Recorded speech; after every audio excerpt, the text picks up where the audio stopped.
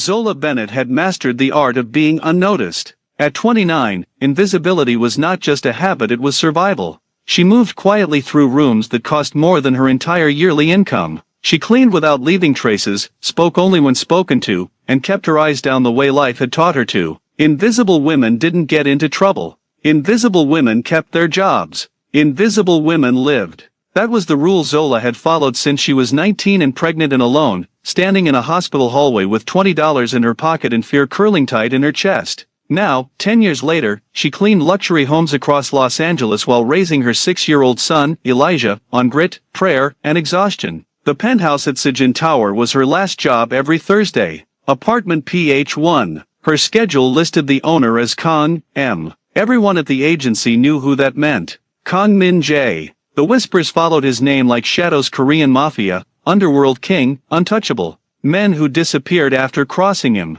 Businesses that bowed instead of negotiated. A man who owned half of Koreatown and all of its secrets. Zola didn't care. Fear didn't pay rent. She arrived at exactly 2 p.m., as she always did, letting herself in with the access card provided by his assistant. The penthouse greeted her with silence and glass and sunlight pouring in from floor-to-ceiling windows. Los Angeles stretched endlessly below, a city full of people who would never know her name. She slipped on her gloves and began. She wore long sleeves despite the heat pressing against the windows. Her left wrist throbbed beneath the fabric, tender and swollen. Purple bruises bloomed under her skin, the shape of fingers still unmistakable. She ignored the pain. She always did. Zola hummed softly as she wiped down the kitchen counters, an old soul song her grandmother used to sing when the world felt heavy. The sound was barely audible, a habit she hadn't even realized she kept. She was dusting the bookshelf when everything changed. The elevator chimed. Zola froze. Her heart slammed into her ribs so hard it hurt. He was never home during her shifts. Never. Slow footsteps followed, deliberate and unhurried, echoing softly across marble floors. Her pulse roared in her ears. "You're still here." The voice came from behind her. Deep, calm, controlled. Zola turned slowly, keeping her hands close to her body. "I'm sorry, sir," she said quietly. "I'll finish up right away." She kept her eyes lowered. Then he stepped closer. "Look at me." It wasn't loud. It didn't need to be. Zola lifted her gaze. Kang Min-jae stood less than 3 feet away. He was devastating in a way that felt almost violent. Tall, broad-shouldered, dressed in black slacks and a fitted white shirt, sleeves rolled to reveal a wrist wrapped in dark ink, Korean characters etched into his skin, disappearing beneath the fabric. More tattoos traced up the side of his neck, sharp and deliberate, peeking above his collar. His jaw was cut from stone. His eyes were darker still,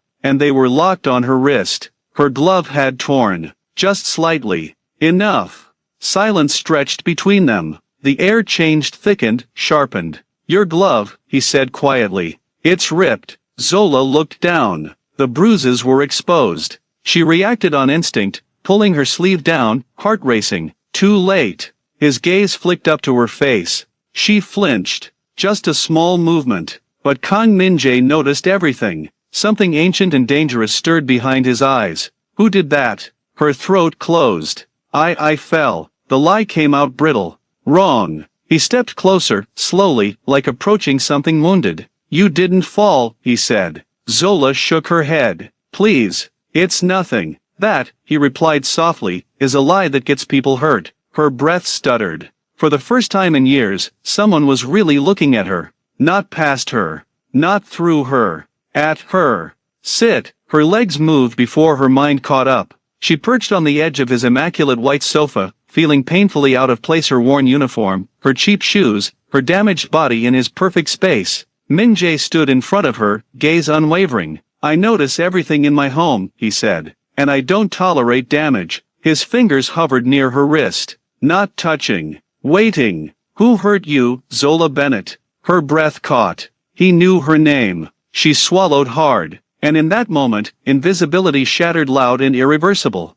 Zola Bennett did not answer him. The question hung in the air between them, heavy and dangerous. "Who hurt you?" She stared at the floor instead, counting the faint gray veins in the marble tile, grounding herself the way she'd learned to do years ago when panic threatened to take over. If she stayed quiet long enough, this moment might pass. He might lose interest. He might remember who she was supposed to be. Invisible. I asked you a question, Kan Min-jae said. Still calm. Still quiet. That was what frightened her most. I can't, Zola whispered. Min-jae's gaze never left her face. He straightened slowly, rolling his shoulders back, tattoos shifting subtly beneath his skin. When he spoke again, his voice was lower. Can't, he repeated, tasting the word. Or won't. She squeezed her hands together in her lap, nails digging into her palms. It's not your business, she said, finding just enough courage to lift her head. I'm just here to do my job. Something flickered across his face.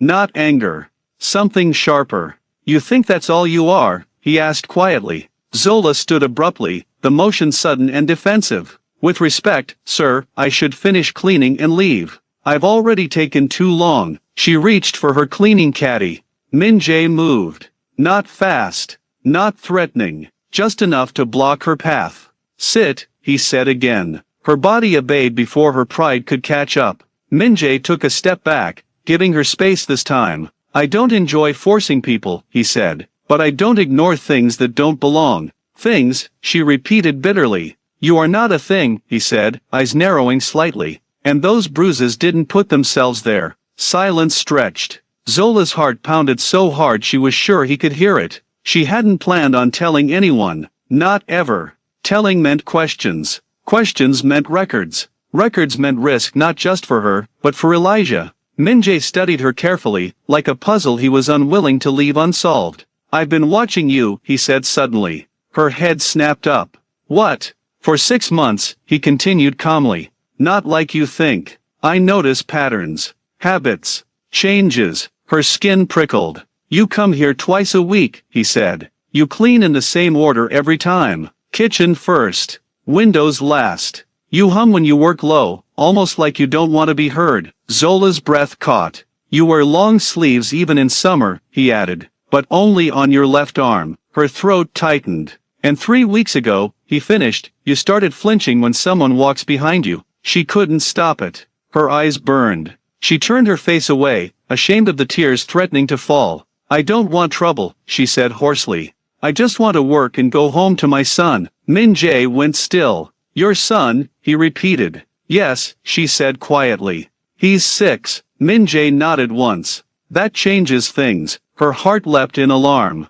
No, it doesn't. It shouldn't. It does to me. He reached into his pocket and pulled out his phone, then stopped himself. Slowly, deliberately, he set it back down on the counter. I could make a call, he said. 10 minutes from now I would know everything about you. About him. About whoever put those marks on you. Zola looked up, fear flashing across her face. But I won't, he continued. Because this is your story to tell, not mine to take. She studied him, suspicious and confused. Then why are you pushing? She asked. Min-jae met her gaze, something raw slipping through his control. Because people who hurt women in my city don't get to sleep peacefully, he said. And because I don't like lies in my home. Her voice trembled. You don't understand. Then help me understand. He stepped closer, stopping just far enough away to give her the choice. For a long moment, Zola said nothing. Then, barely audible, she whispered, his name is Darren. Min-jae's jaw tightened.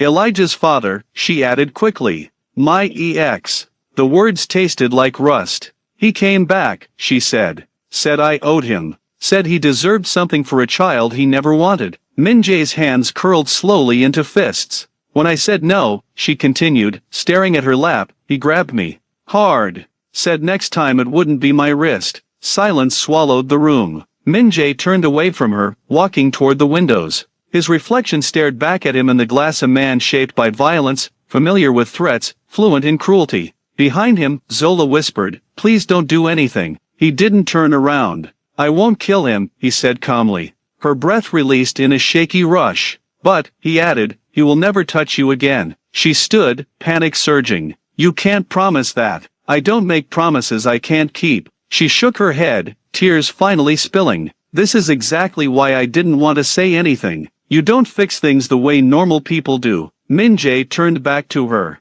And how do normal people fix this? He asked quietly. By waiting until he breaks your arm? Until he scares your son? She froze. I won't let that happen, he said firmly. I didn't ask you to. No, he agreed. But you walked into my home bleeding. He stepped closer again, his presence overwhelming but strangely controlled. "In my world," he said, "that makes you under my protection." She laughed weakly. "Your world terrifies me." "It should," he said honestly. "It terrifies most people." Then his voice softened. "But I don't terrify you." She looked up at him, startled. "You're afraid," he continued, "but not of me. If you were, you wouldn't still be here." Zola didn't know how to answer that. Min-jae exhaled slowly, as if making a decision. "Take the rest of the day off," he said. "I'll still pay you." "I can't afford." "You can't afford not to," he interrupted gently. She hesitated. "Go home," he said. "Be with your son." She gathered her things slowly, still unsure, still shaken.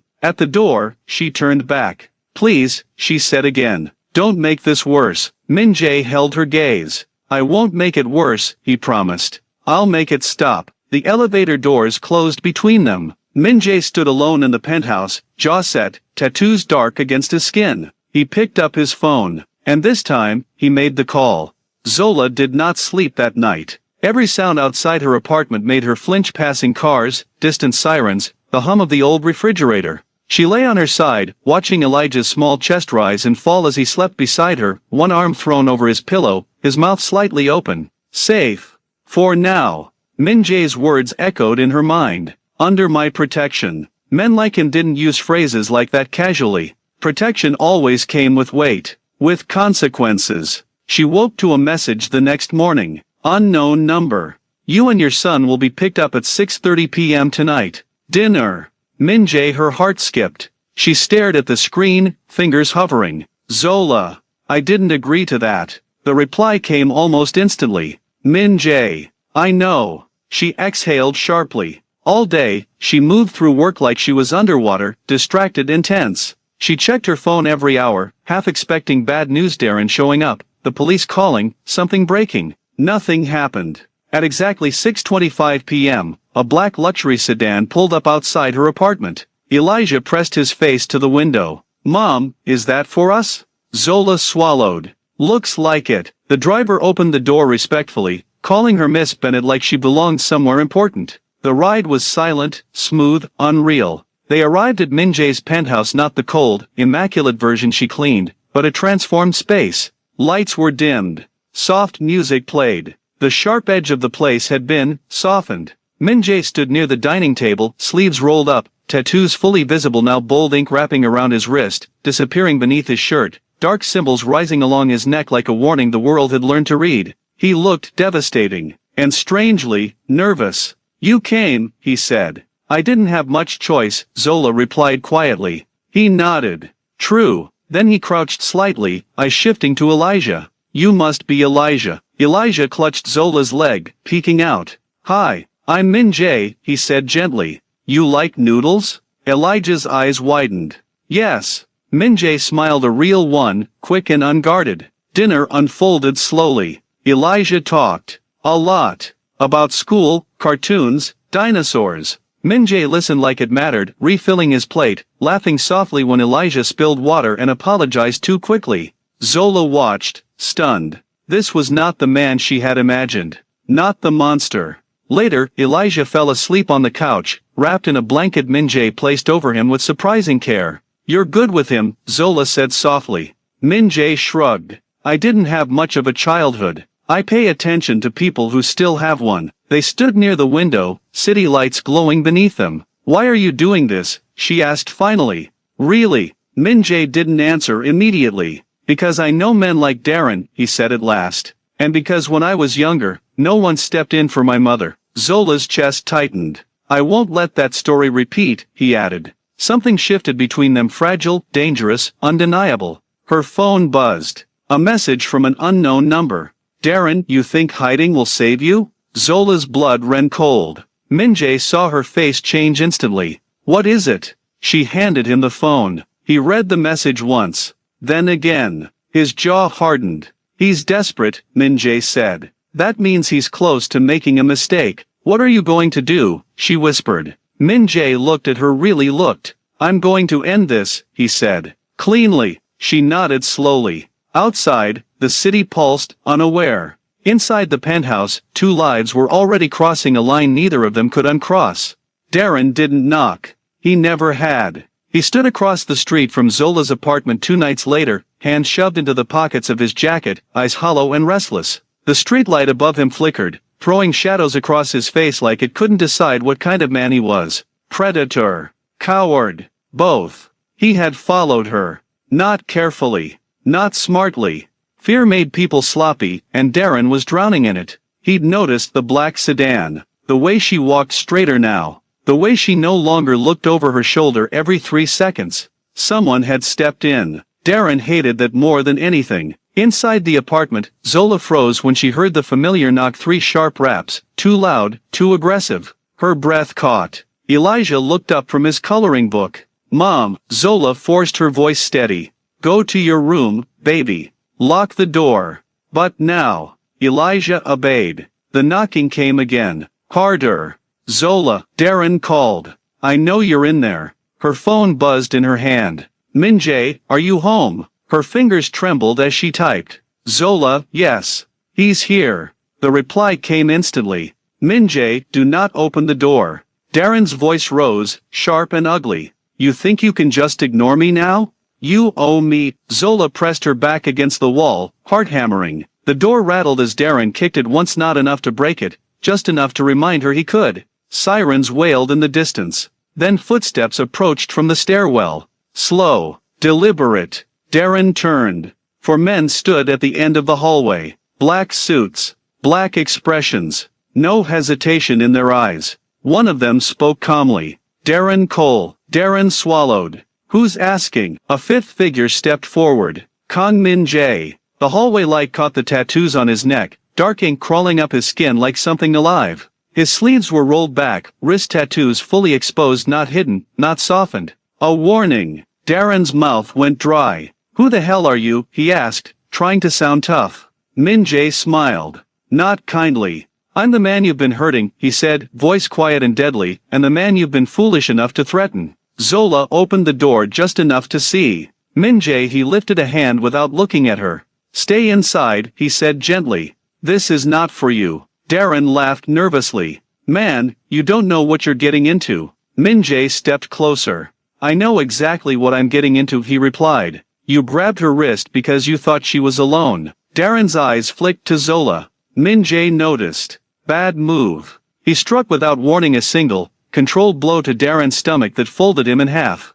Darren hit the floor gasping, panic flashing across his face. Min Jae crouched in front of him. "You don't get to touch her," he said softly. "You don't get to scare her. And you definitely don't get to speak to her again." Darren coughed, terror setting in. "You can't just." Min Jae leaned in, his voice dropping to a whisper only Darren could hear. "I can," he said. "And I will." He stood. "Take him," Min Jae said calmly. The men lifted Darren with efficient silence. Darren struggled weakly. "Zola, tell him to stop." Zola's voice shook, but it was firm. "Stay away from us," she said. "Forever." The hallway emptied. Min Jae turned back to her. "Pack a bag," he said. "You and Elijah are coming with me." Her eyes widened. "I can't just." "You can," he interrupted gently. "And you will. Tonight." She hesitated only a moment. Then she nodded. Because for the first time, she felt something unfamiliar. Safe. Zola had never slept in a place so quiet. No sirens. No shouting through thin walls. No footsteps pacing outside her door. Min Jae's guest suite felt like another world. Soft lighting, clean linen, a bed large enough to hold worries without letting them spill over. Elijah had fallen asleep almost instantly, curled into the pillows like he belonged there. Zola sat awake on the edge of the bed, hands folded tightly in her lap. Safety felt strange. Temporary. She half expected someone to knock and tell her it had all been a mistake. A soft tap came at the door. Her shoulders tensed. "It's me," Min Jae said quietly. She opened it. He stood there without his jacket, tattoos still visible, the edge of exhaustion finally breaking through his composure. Not the untouchable king tonight, just a man who had been carrying too much for too long. "Elijah's settled?" he asked. "Yes." A pause. "I won't stay long," he said. "I just wanted to explain." She stepped aside, letting him in. He didn't sit. He never fully relaxed in rooms. "Darren won't come near you again," he said. "Not because he's afraid of me, but because he understands consequences now." Zola nodded. Thank you. That's not why I'm here, he replied. She looked at him, wary. You need to know what being close to me means, Min-jae said. My world doesn't forgive easily. People watch. They notice. Her chest tightened. So this, us, is a risk. Yes. She laughed softly. Figures. Min-jae studied her, eyes intense but honest. I can move you, he said. New place. New name if you want. School for Elijah. Distance. And you, she asked quietly. His jaw flexed. I don't get distance. The truth of that settled between them. Zola exhaled slowly. I've been running my whole life. He said nothing. I don't want to run anymore, she continued. But I also won't let my son grow up in fear. Min-jae stepped closer, careful, respectful. I would never bring danger to him, he said. I swear that. She believed him. That was the terrifying part. You don't scare me, she said again, repeating his words from before. But what I feel right now does. Min-jae's hand hovered near hers, not touching. This isn't control, he said. Or ownership. You owe me nothing. She reached out and closed the distance herself. Their hands met. The contact was gentle. Grounding. Human. I don't know where this leads, Zola whispered. Neither do I, he admitted. But I know I don't want to walk away. She looked at him, really looked at the tattoos that marked survival, the eyes that had seen darkness and chosen restraint anyway. She leaned in first. The kiss was slow. Careful. Earned. Not hunger. Promise. From the hallway, Elijah stirred, murmuring in his sleep.